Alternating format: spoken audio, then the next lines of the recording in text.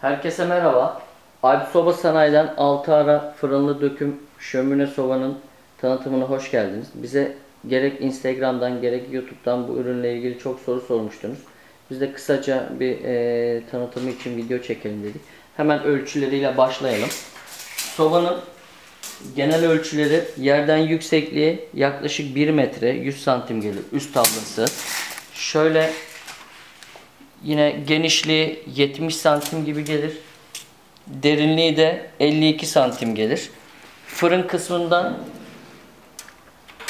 derinliği 42 santim, genişliği 47 santim ve yüksekliği de 16 santim gelir. İçine biz size şöyle 40 santimlik bir tepsi yolluyoruz ama 42 santim, 43 santimlik tepsi de çok rahat içine koyabilirsiniz. Ateş haznesinin ölçülerine gelirsek, derinliği 40 santim, genişliği 60 santim ve yüksekliği de 37-38 santim. Sobanın en güzel özelliği, en büyük özelliği içine 60 santime kadar kalın kütük boru koyabilirsiniz. Çok rahat bir şekilde.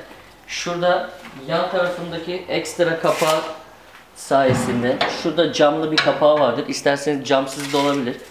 Buradan içeriye yakmak için görüyorsunuz 60 santime kadar kalın bir kütük odunu çok rahat atabilirsiniz. Bu da size uzun süre, saatlerce yakma imkanı sağlar.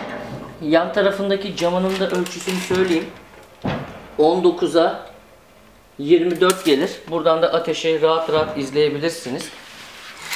Ön camının ölçüleri 42 santime 25 santim gelir. Ve bu taraftaki sabit olan yan camında ölçüsü 22,5'a 26 santim gibi gelir. Sobanın ahşap kulpları hem el yakmayı engeller hem de şık bir görüntü katar. Ön camın is yapmasını azaltmak için şurada bir hava perdesi sistemi var.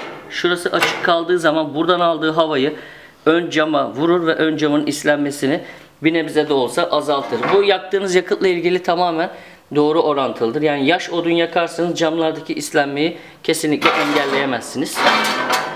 Kül tepsisi. Buradan külünü alıp boşaltabilirsiniz. Tekrar yerine koyup şöyle kapatıp yakabilirsiniz. Hava kısmı. Baca çapı standart olarak 13 santimdir. 13 santimlik bir boru, her türlü boruyu bunda kullanabilirsiniz. Sipariş vermek için aşağıdaki yazmış olduğumuz telefon numaralarında Instagram'dan bize ulaşabilirsiniz. Hepinize iyi günler.